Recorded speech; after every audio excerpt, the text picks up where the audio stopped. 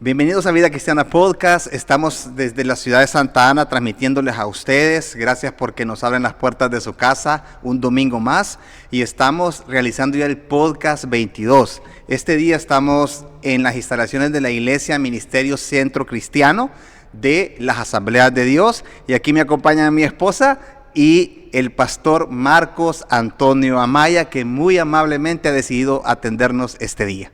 Bendiciones, pastor. Gracias por abrirnos las puertas de su iglesia para poder transmitir desde Vida Cristiana Podcast. Usted también ya nos está escuchando a través de Viva Radio, la 93.3, para el centro de Chalchuapa, pero también por vía internet. Usted puede seguirlos también a ellos en sus redes sociales y también escuchar este contenido positivo. Hoy queremos conocer un poquito más de la vida y ministerio del pastor Marcos Antonio Amaya. Así que bienvenido, pastor. Gracias por estar con nosotros. Muchísimas gracias. Es un honor muy grande que me hayan invitado. Estoy sorprendido. Me estoy volviendo hombre de medios y eso, por supuesto, usted tiene una trayectoria, pastor. Extrañamente. En mis años de joven pastor, cuando me invitaban a hablar por radio, yo tenía un gran temblor. Yo no he tenido,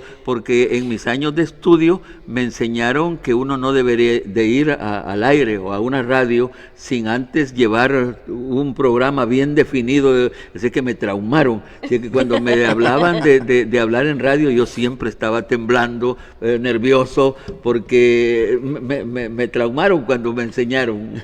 No, créanme que igual, me siento identificado, porque aquí tuve que aprender con ella, porque la que sabe de esto es Melissa y estudió comunicaciones, trabajó varios años en esa área, y aunque yo soy bien hablantín, hermano, aquí creo que nos vamos a ir a los penales. En eso vamos a estar bien. Aquí vamos a estar un buen rato tirando penales, porque aunque soy muy hablantín, a mí me ha costado mucho el tema de el micrófoneo, el tema de ver las cámaras, ha sido un tema de aprendizaje. Sí, pero la ventaja que ahora tenemos es que el formato podcast no es tan cuadrado, ¿sí? No es tan que hay que seguir un guión o una escaleta. Sí nos preparamos un poquito, pero realmente... Pero pues es más una conversación, una plática, sí. Y es por ahí donde nosotros queremos empezar. Así que, por favor, ya sabe con quién estamos. Comparta este videíto, por favor, para poder llegar a más y más personas. Pastor, queremos saber dónde nace Marcos Antonio Amaya. Marcos Antonio Amaya es orienteño. Yo nazco en Usulután. Es el granero de la República.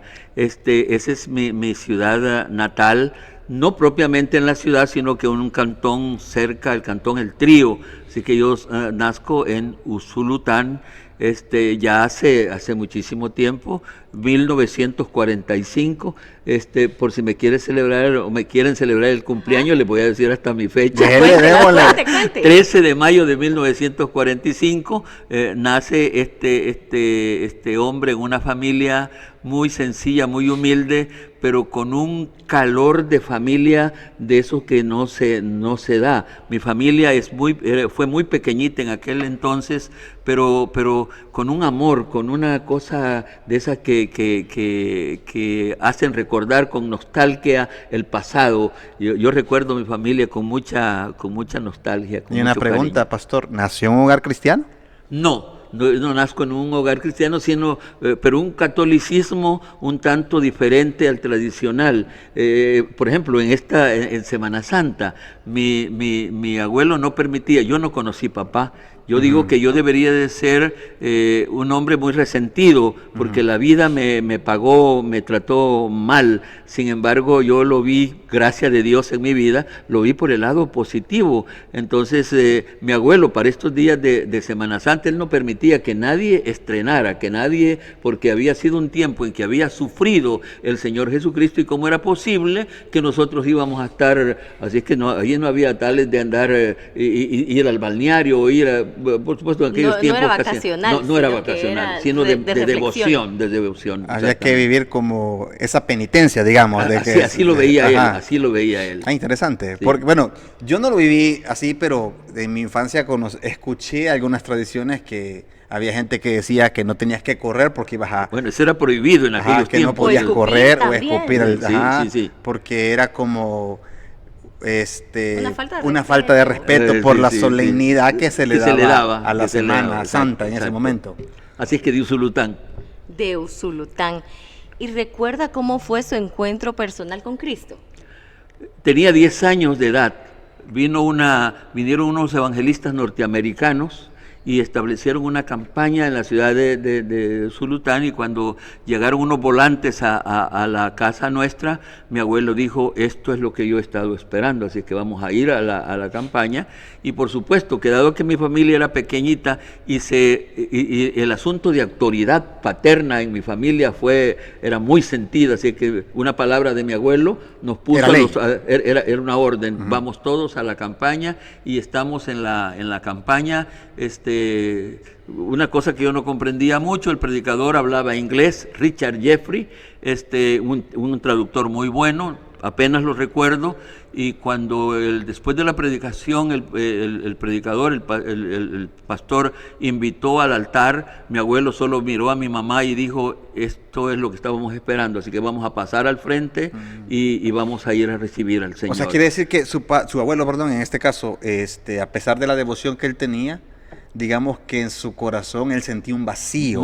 Un vacío y una necesidad, exacto, una identificación deseo, con lo que estaba pasando. Un deseo de tener, quizás, como el apóstol Pablo cuenta, al Dios no conocido, ¿verdad? Exactamente, de encontrar una verdad que él quería buscarla de maneras diferentes, pero que hoy se encontraba con esa verdad. Con esa presentación del Dios que él buscaba. Exactamente. Okay. Así es que en esa pasamos la manadita, como que va ahí la figura paterna y nosotros detrás, y aceptamos y nos fuimos para la casa.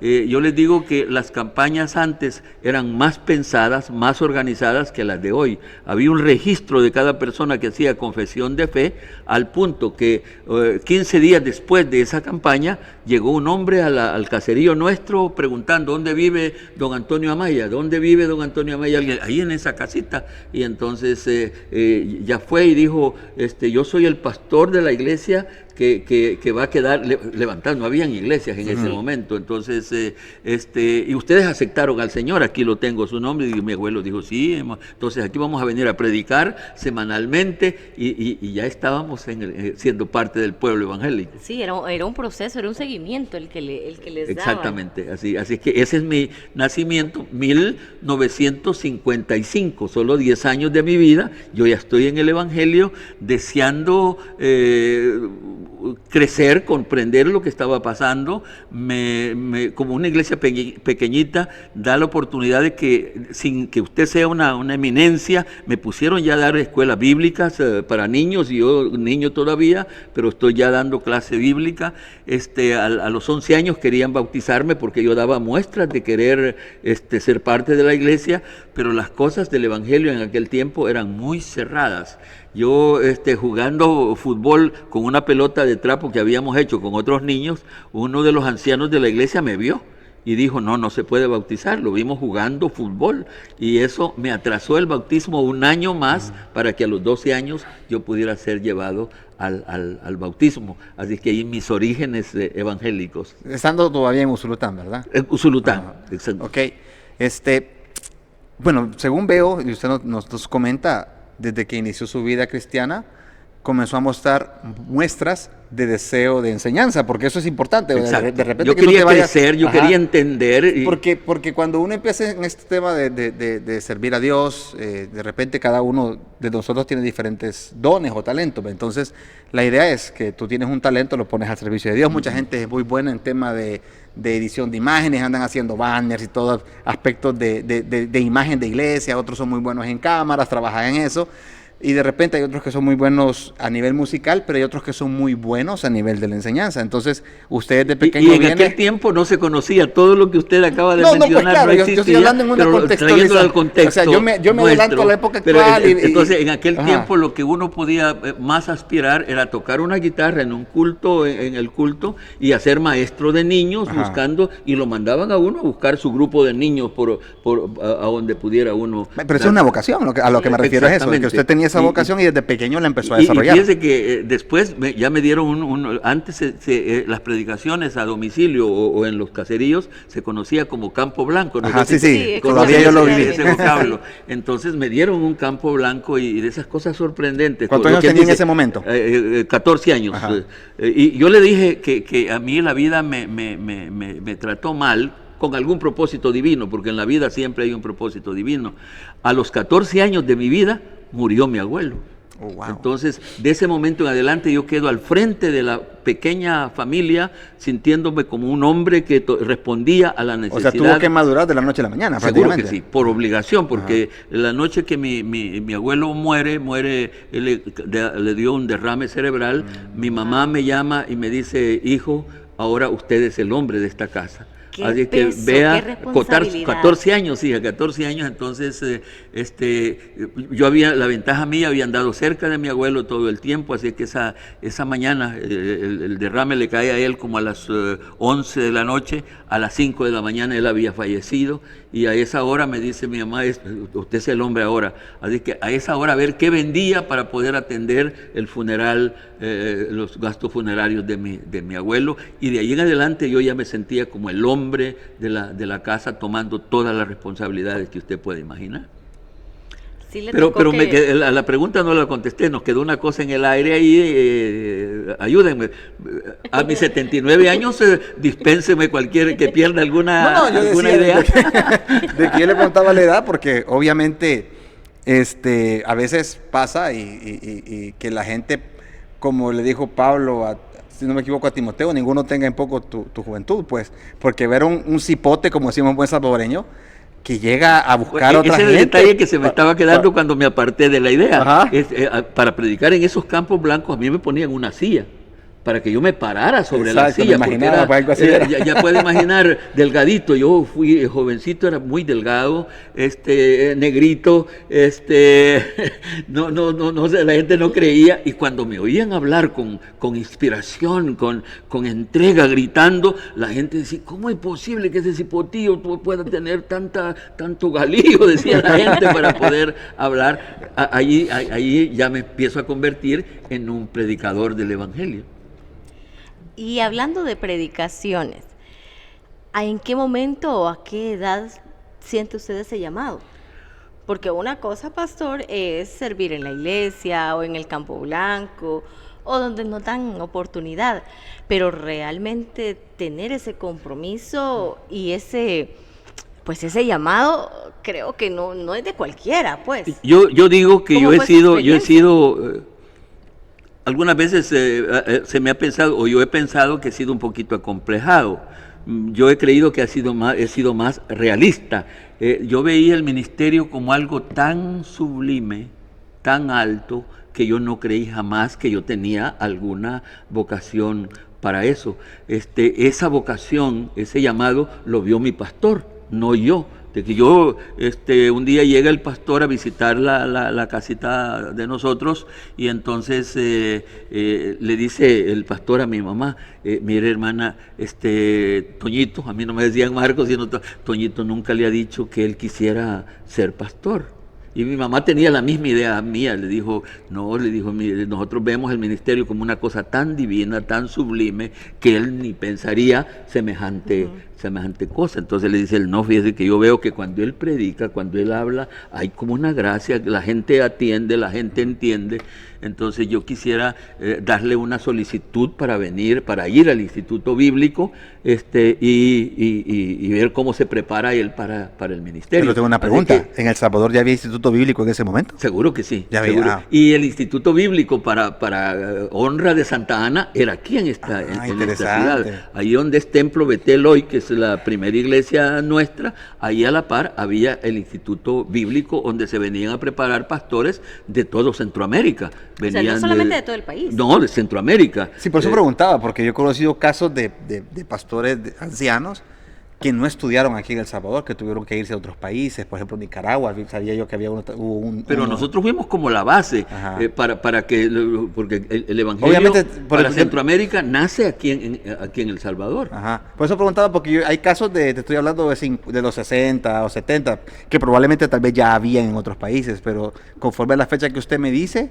Nosotros teníamos, y venía gente de Guatemala, venía entonces gente a estudiar aquí, entonces yo... De Usulután tuvo que moverse para acá. Seguro, yo ya no viví en Usulután, a esa altura me había movido, pero para otro pueblo más allá de Usulután, San Jorge Oriente, y ahí hay una historia muy, muy terrible que no va a valer el caso compartirla. Entonces el pastor le dice, vaya, dígale a él que cuando venga vaya a hablar conmigo. Y entonces fue llegando, me dice mi mamá, vino el pastor y dijo esto y esto, y dijo que me voy corriendo con una expectativa para ver qué me decía, y él me dice, fíjate que yo veo esto y esto en usted, me dijo, tengo una solicitud que pudiéramos enviarla a Santa Ana para ver si usted puede ir a estudiar allá para pastor.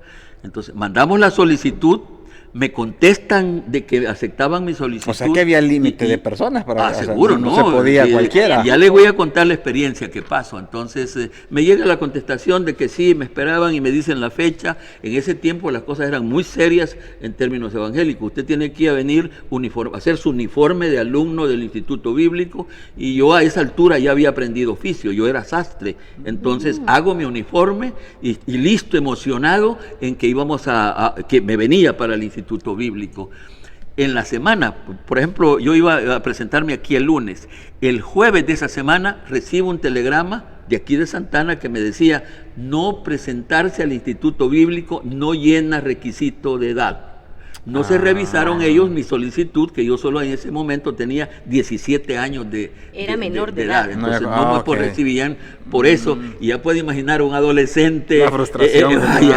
Y le digo yo, me comporté quizás un poco mal con el pastor, y le digo yo creía que esos eran hermanos verdaderos. Le digo, ¿cómo es posible que me emocionan y ahora me dicen que no? Sí, porque usted que no estaba se listo, podía, sacó yo un listo uniforme. para venirme. Entonces me dice el pastor bien apenado, mire, me dijo, no sé qué pasó, pero vamos a hablar. Yo voy a ir a hablar en este momento a ver qué pasa.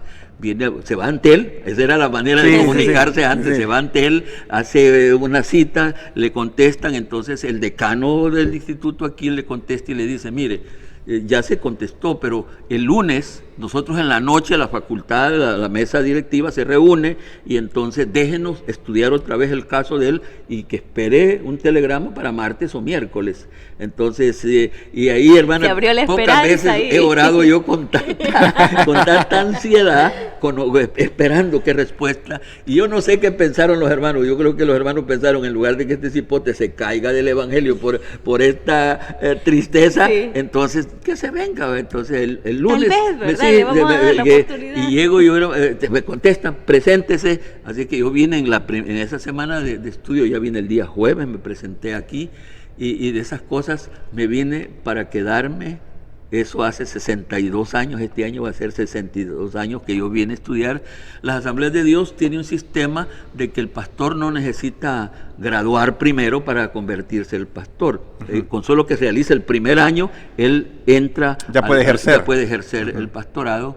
Y de ahí empecé a pastorear me pasaron, no se imagina cuántas cosas. En nuestro sistema administrativo, en el principio del año, en enero, suceden las colocaciones de pastores, cambios de pastores, y yo ya estaba listo para irme a un lugar donde me iban a mandar. Entonces me mandan, me dice el jefe mío de la zona, me dice, usted va para tal parte, llaman al delegado, esa era la forma de antes, y usted va a llevar a este pastor para allá. El pastor, cuando me ve, jovencito, sin pote y todas esas cosas, entonces él no tuvo valor de decir, pero a otro le dijo, yo no sé cómo hacer, hermano, le digo, si los pocos hermanos de la iglesia son gente adulta, y yo llevo este cipote, le digo, este cipote no lo van a querer recibir los hermanos. Y alguien me contó a mí, y entonces le digo yo, lo voy a buscar, y le digo yo, mire, hermano, si usted no quiere llevarme, este es el momento de que arreglemos. Llamamos al ejecutivo que me colocó, y entonces le gané el valor al delegado, y él me dice, no, hermano, me dijo, mejor vayámonos, váyase. Entonces, aquí viene un chiste. Fíjese, eso fue un día jueves, viernes, ya estoy seguro para dónde voy. Quedamos de que el lunes me iba a estar esperando en una iglesia en Oriente.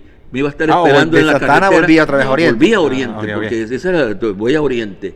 Entonces, él me dice, yo lo voy a estar esperando a la orilla de la carretera Panamericana, y de ahí vamos a pie 8 kilómetros para donde era el lugarcito que yo iba a ir de pastor.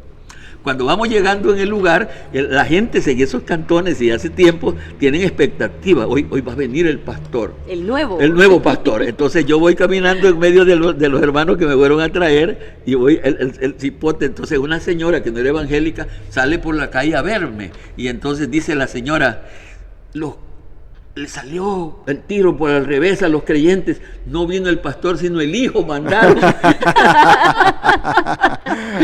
y así el inicio de mi pastorado en aquellos años. Wow, qué interesante. Porque, bueno, de hecho ahora, justo cuando estábamos desayunando con mi esposa, le decía de que el cristianismo ha ido evolucionando, pues es la palabra que se me ocurre decir, sí, y nos hemos vuelto un poco más tolerantes, sí. En el sentido de que cuando vemos a alguien, por ejemplo, que tiene falta de experiencia, o pues tiene temores, algunas cosas, como que ahora somos más abiertos a apoyar, mira, ¿en qué te puedo ayudar? Mira, yo te puedo aconsejar que hagas esto, pero en aquellas épocas usted mismo describe exigencias. O sea, el pastor tenía que cumplir Exactamente. y la gente tiene una expectativa totalmente alta. En cierto sentido alta. Bueno, yo he escuchado testimonios de otros pastores jóvenes que iniciaron jóvenes que por ejemplo, llegando a una iglesia oyeron decir a un señor, y este bicho que no me venía a enseñar. Expresiones tal cual, así pues. A mí.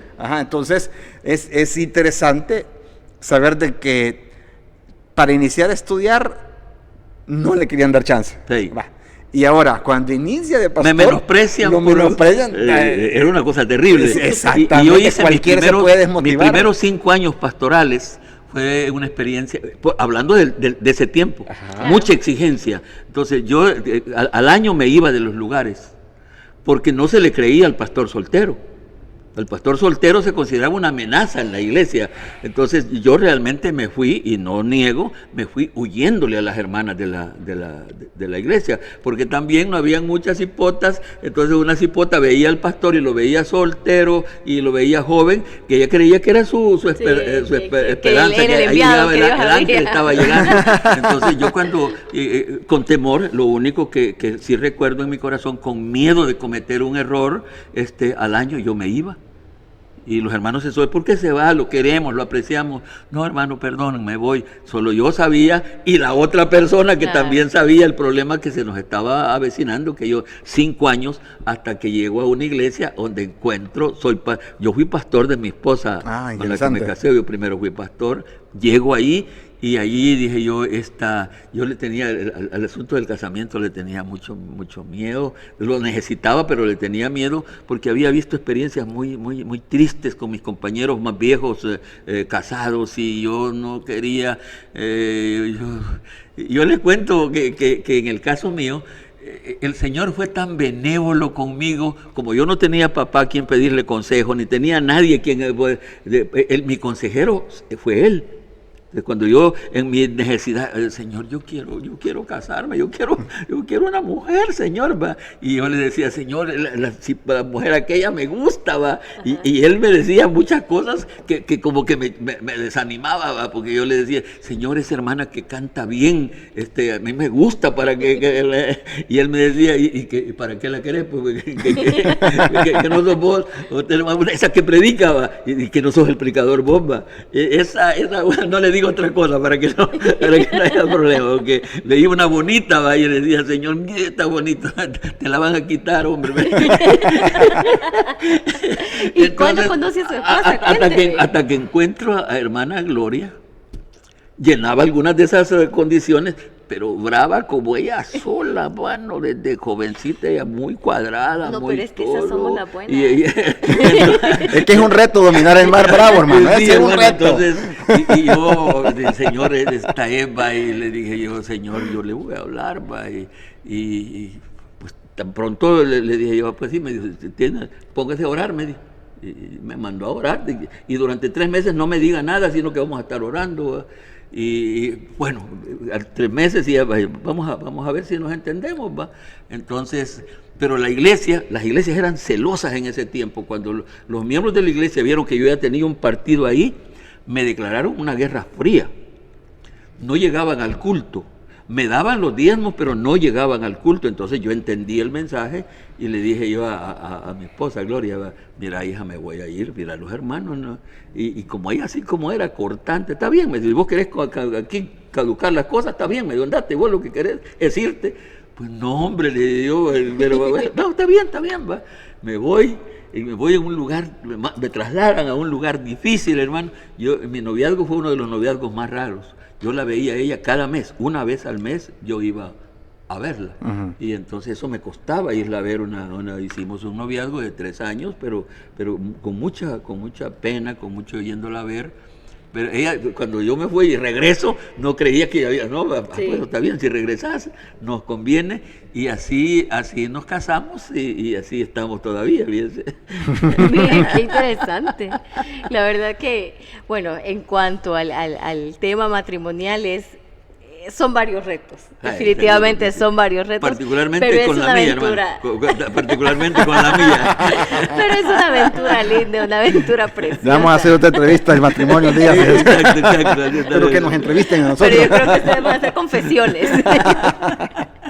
Y si llega a la par de la esposa, hablamos de los hijos, otro reto enorme. Mayúsculo, sí. Y yo queriendo que mis hijos, a mí una de las cosas, yo no quería una familia grande y no la creía, yo lo he dicho en público, no quería una familia grande, no porque no creyera que Dios bendice para poder sostener económicamente a una familia grande. Yo no quería una familia grande por ver lo difícil que es que los hijos sigan en el camino del Señor, porque esa es otra cosa muy, muy complicada, muy difícil.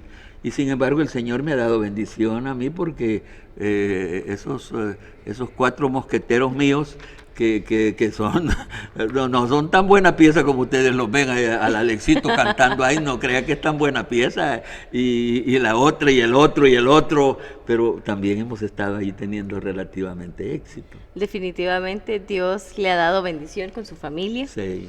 con su ministerio. Son 62 años, de los cuales sí. no cualquiera puede decir, cumplo 62 años de ministerio. Usted empezó evidentemente, como nos menciona, muy, muy joven.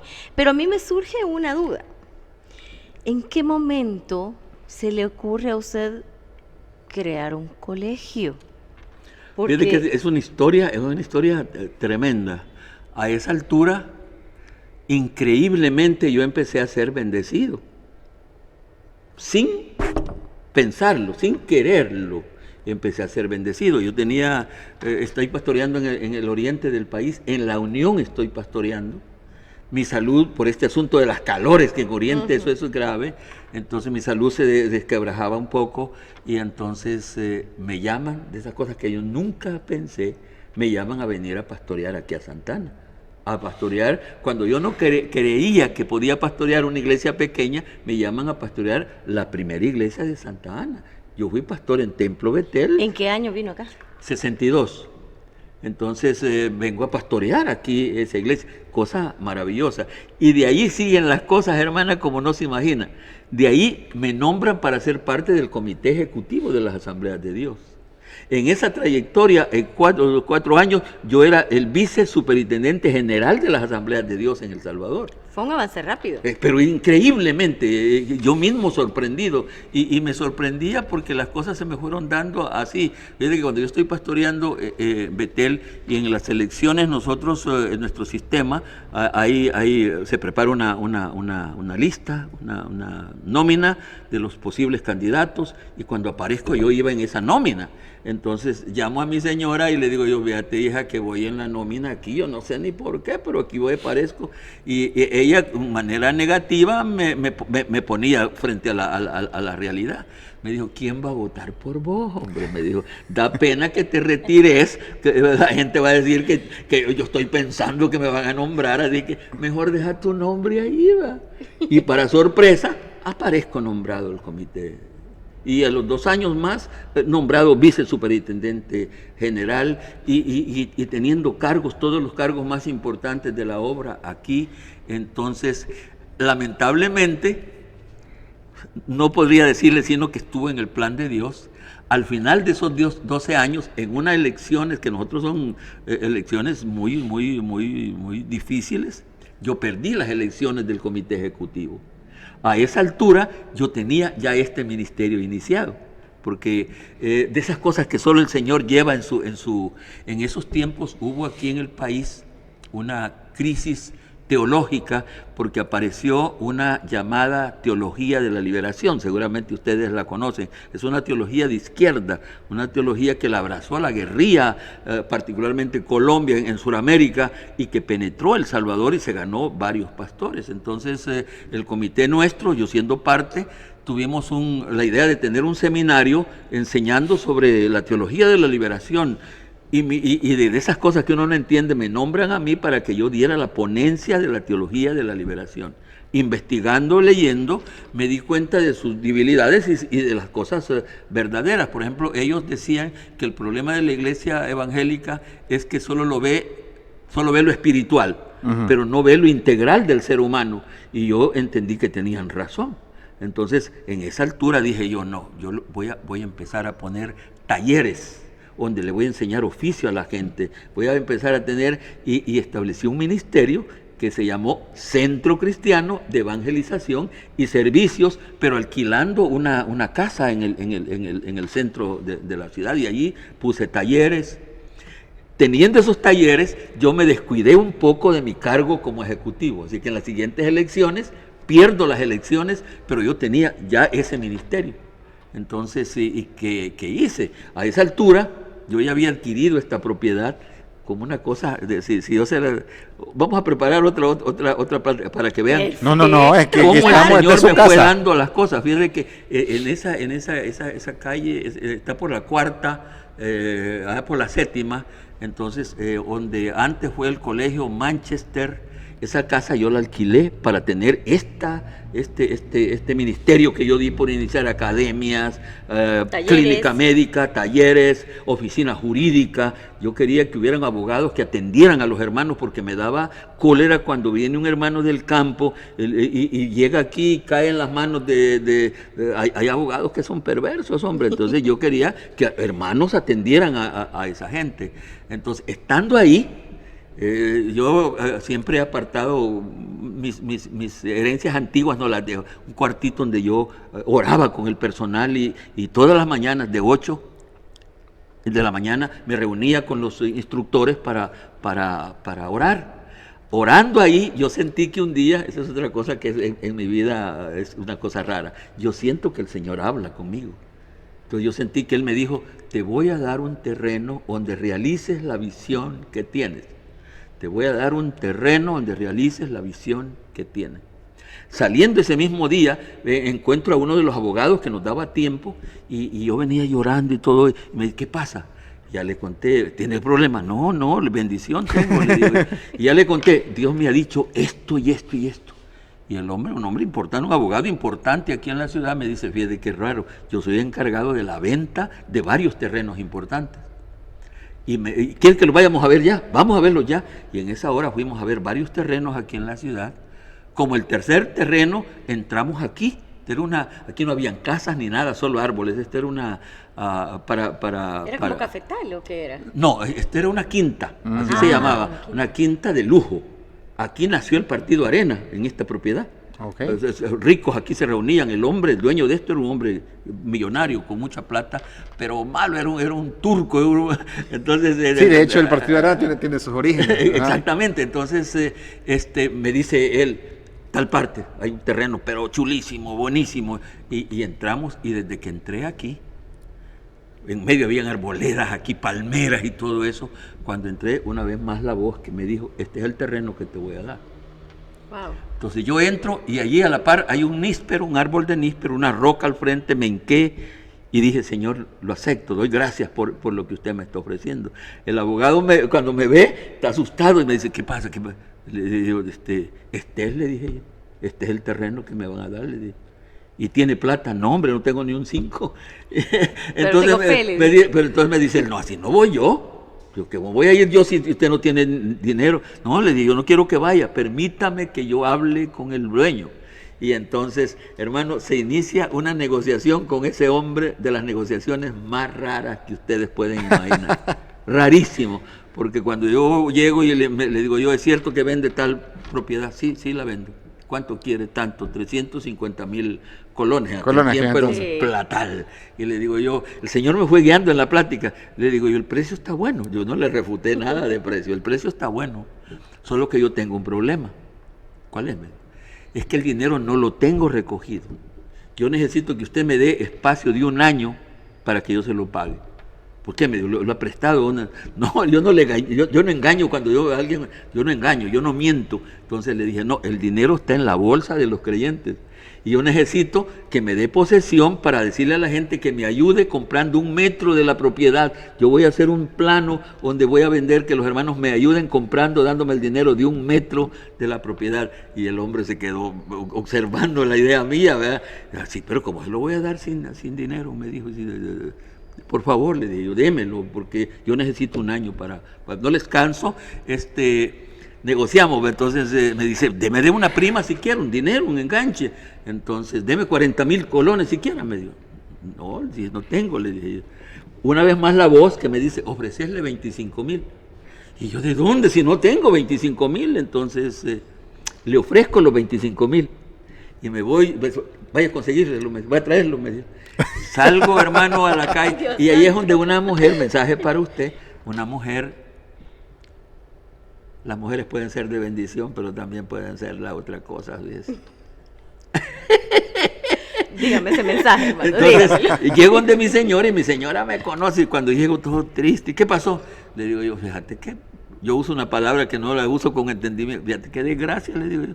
Me dan el terreno, pero me pide 25,000, y yo, ¿de dónde tengo para darla? Le digo yo. Como ella siempre, cuando tenemos un problema, una cosa difícil, me manda a orar. Yo dije, aquí va a ser lo mismo, me va a mandar a orar.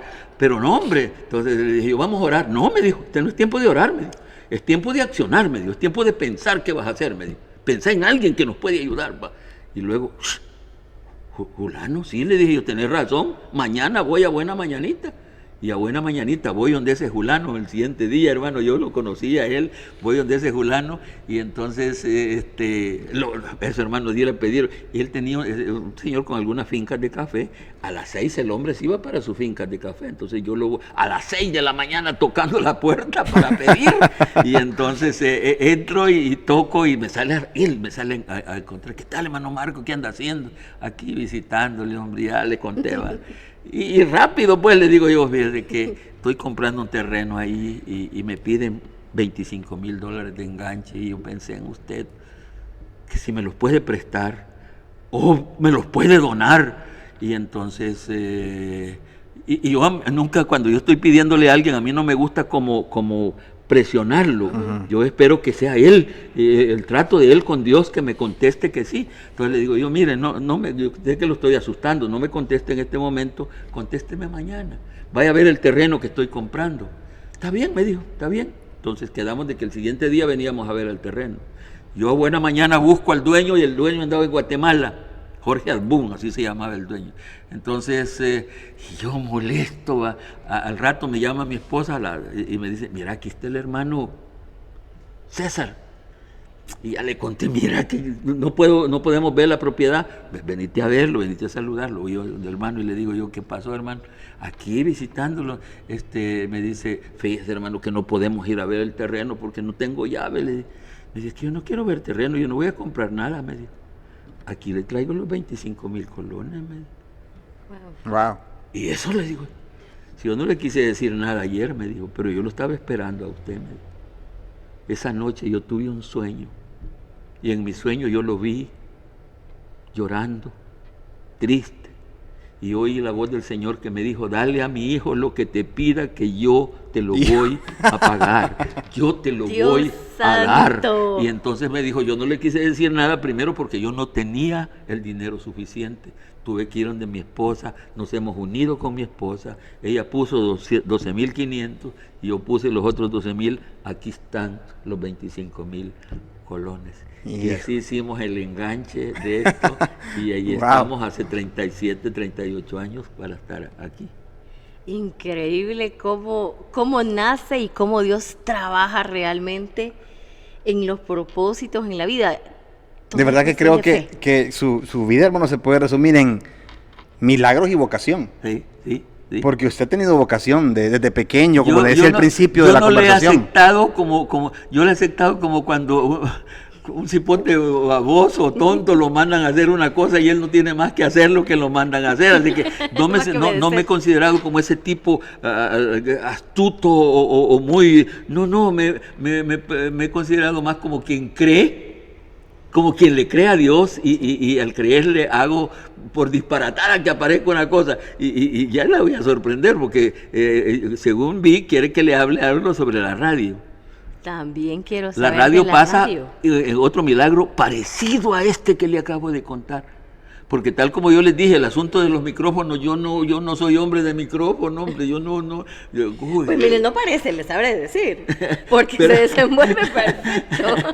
Pero no, hombre, yo no quería, Y entonces, ¿cómo surge esto de radio? Porque creo que para todos es conocido Radio Savage. Yo recuerdo que desde adolescente, que el Top Savage y la 93.3 suelen todo Santana. Seguro que sí. Y ha sido una de las radios más fuertes y de más antigüedad. Y de muchos años ya. Sí, se ha mantenido, sí, se ha sí, mantenido. Y sigue. Y ahí estamos. Pero entonces, ¿cómo surge esa idea de... Ok, Yo- porque yo una era- cosa yo es, era- pastor, ah. una cosa es la vocación y el espíritu de servicio y que los talleres Pero y que el salgan colegio. las cosas. Pero y entonces, claro, Que salgan. pero ¿y una radio? Sí, seguro. ¿De dónde Y yo se le ocurrió? sin querer, y le voy a decir cosas bien serias. Yo sí era amigo, por ser el pastor de aquí de la iglesia, era amigo de los dueños originales de Radio Savais. Ellos eran unos medios judíos, por eso es que el nombre de la radio se lo adelanto ya. Ajá. Savais significa, en hebreo, Ajá. significa victoria. Por eso es que no le quité el nombre cuando los dueños me dicen Savais en hebreo significa victoria. Le dije yo, no se lo quitamos, lo vamos a dejar ahí, victoria. Entonces yo era amigo de ellos, los conocía a ellos, me tenían algún aprecio. Para Navidad me invitaban a su cena. Esta radio estaba ahí por Tezuelo, ahí arriba, en una grada que hay para arriba, ahí estaba.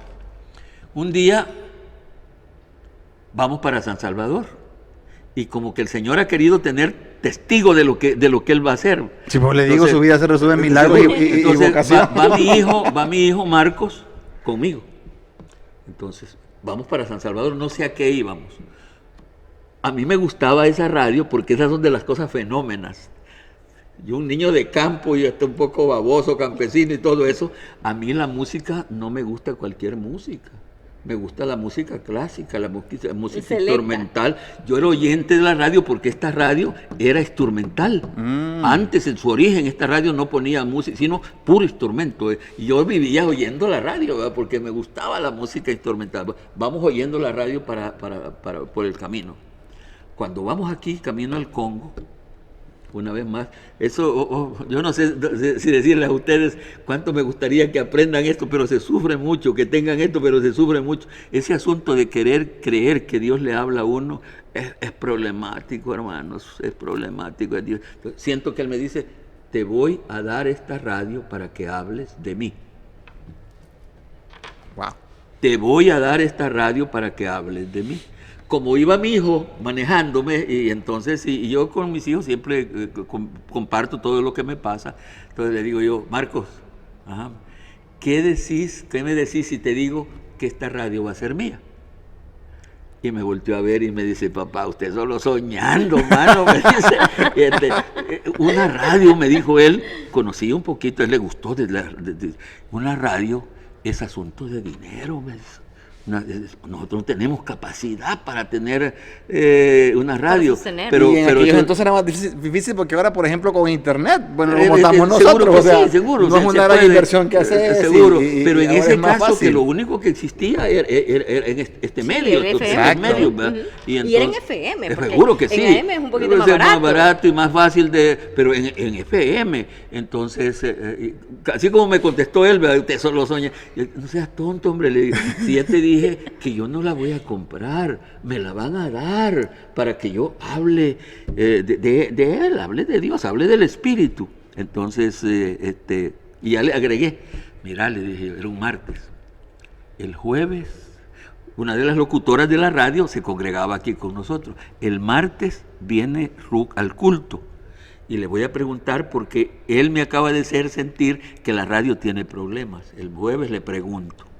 Entonces, llegamos al jueves, estamos aquí en el culto, yo en la emoción del culto me olvido de lo que me habían dicho que hablé, o de lo que yo dije que iba a hablar cuando acuerdo viene Ruth para el frente y me dice, pastor, me da un tiempito, quiero hablar con usted. Me acordé. Sí, hombre, yo también quiero hablar con vos. ¿Qué fue lo que quieres decirme a vos?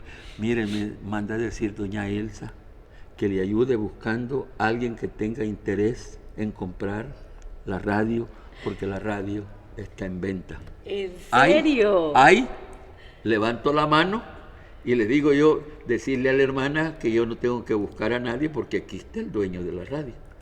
Que me diga cuánto nos vamos a unir, cuánto nos vamos a juntar para hablar y detalles para que definamos. Para que me la dé de una vez. La situación. Y ahí está la radio. Así como es que voy. Fue tronando y lloviendo. Seguro, no sé, no sé qué fecha eso, y entonces nos reunimos y me dijo, en tanto se la doy, deme prima de tanto, y me da una letra mensual de tanto, y aquí la radio toma posesión ya para en diciembre, todo diciembre nosotros ya empezamos a administrar. ¿En qué año fue eso? No recuerdo yo realmente. En este momento tampoco tengo Pero la sí fecha. ya tiene varios años. Radio Savage. Tenemos, puede imaginar, tenemos unos 33 años, por ahí, unos 33 años de tener la radio.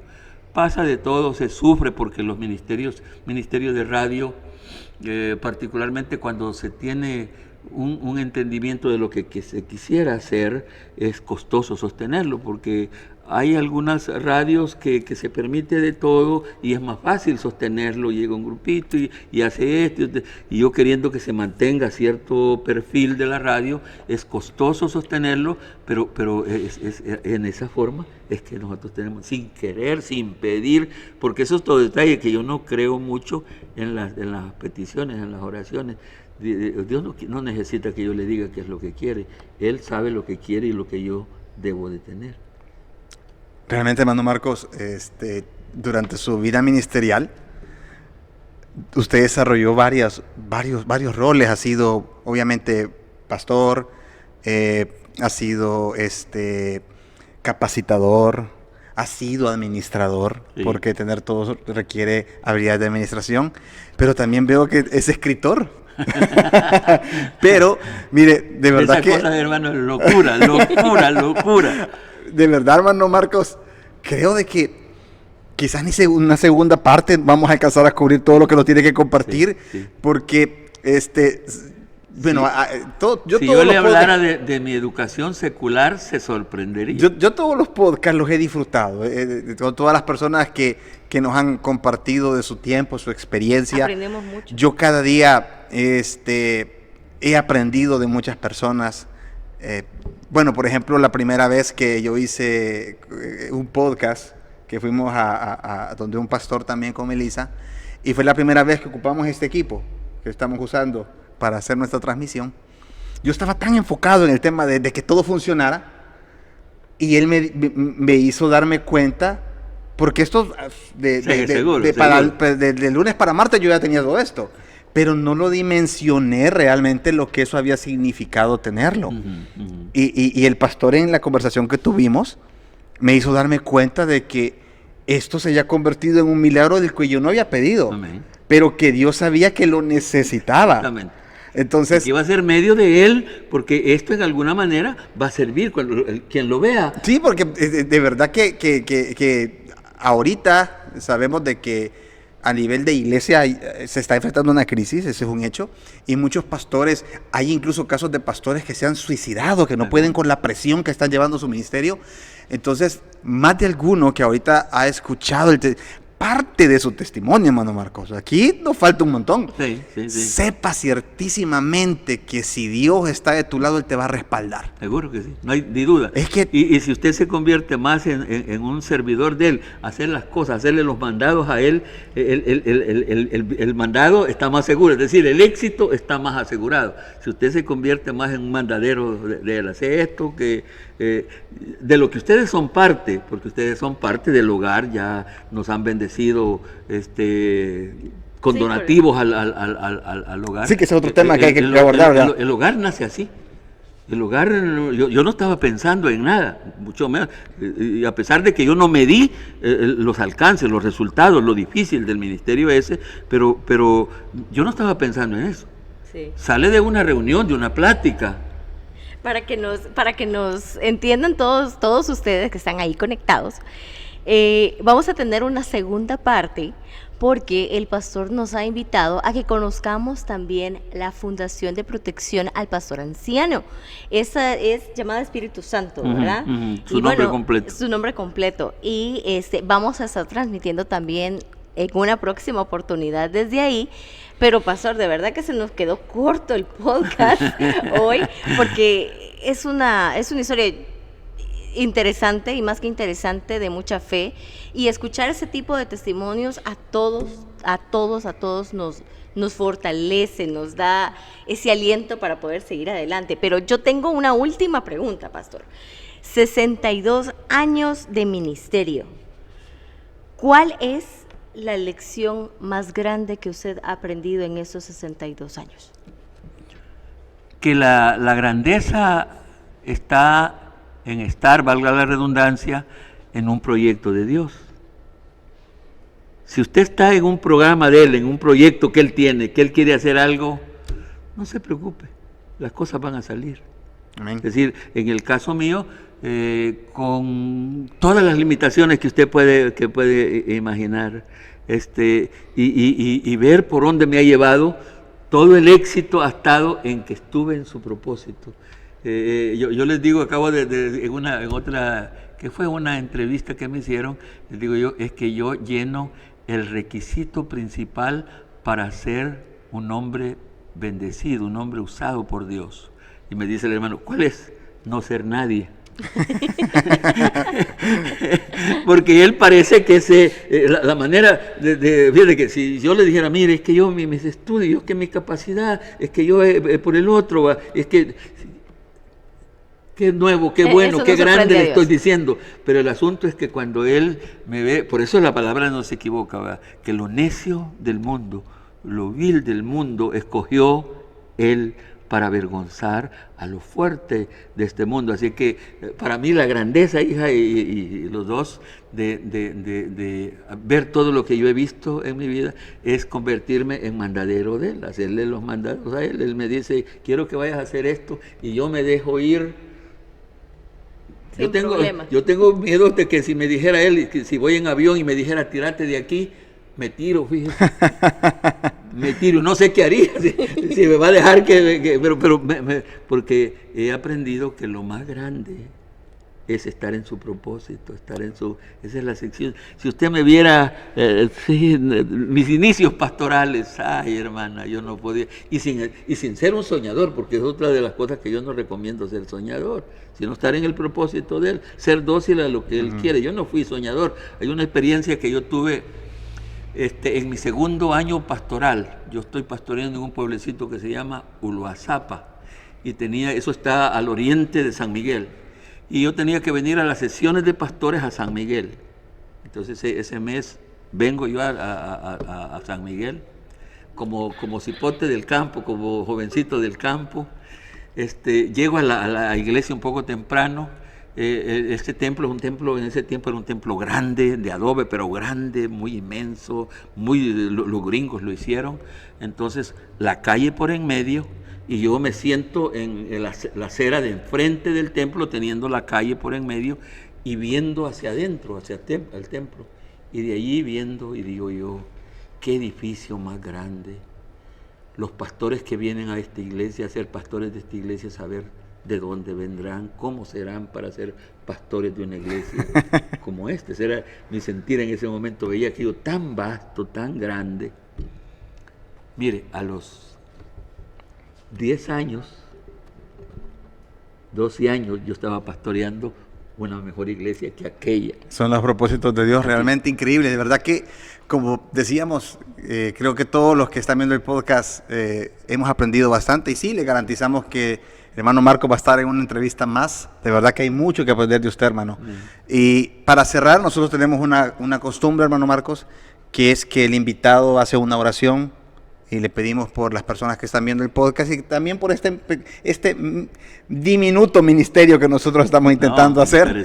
Así que pues le pido, hermano, que nos ayude a orar. Les animo a seguirlo, porque el asunto de la divulgación y particularmente cuando ya va la imagen, porque los seres humanos así somos, lo que oímos no tiene las repercusiones como tiene lo que vemos. La gente hasta puede decir, no, ni está él ahí, ni es cierto, pero mirándolos como estamos aquí, se dan cuenta de que les animo a seguir con este proyecto que ustedes tienen, esta actividad que tienen. No dudo que es del Espíritu, no dudo que lo está usando para bendecir a las personas que les ven y que nos ven. Okay. Así que los animo. Gracias, a seguir adelante. Y si hay otra ocasión en la que ustedes quieren que yo hable lo vamos a hacer. Y de una cosa que les aseguro, no exagero en nada de lo que hablo. Hay veces que mejor me declaro más bajo, pero no exagero nada, ni quiero exhibirme yo en lo que he hecho. Mi grandeza fue de lo que Dios ha hecho. Mi grandeza fue estar cerca de Él. Esa Amén. fue mi grandeza. Entonces nos bendice con la oración, hermano. Seguro que sí. Precioso Señor, yo sé que esta presentación puede ser de tanta bendición si hay un corazón abierto para recibirla. Les ruego que lleve esta señal, esta imagen, esta proyección para bendecir a aquellos que no creen que usted es poderoso, aquellos que no creen, que no saben que unido a usted somos más que vencedores. Bendigo a cada persona que va a ver esta proyección y va a oír estas experiencias sencillas que hemos compartido en este momento. Bendigo de la misma manera a mis hermanos que están al frente de este proyecto. Los bendigo de lo íntimo de mi corazón y espero que esa bendición vaya para todos nosotros. Que así sea. Amén. Sí. Amén. Gracias, hermano. Dios les bendiga a todos que nos recibieron en su hogar a través de estos medios digitales. Y como decimos, si no están suscritos, suscríbanse, compartan este contenido. Nosotros lo que queremos es inundar las redes de contenido positivo desde la pequeña trinchera que estamos. Saludos a todos los que nos escucharon o nos vieron también a través de Viva Radio, la 93.3. Que el Señor les bendiga. Gracias por estar domingo a domingo conectados siempre a las 7 p.m. Que el Señor les bendiga. Gracias, pastor, por estar con nosotros. Que el Señor les bendiga.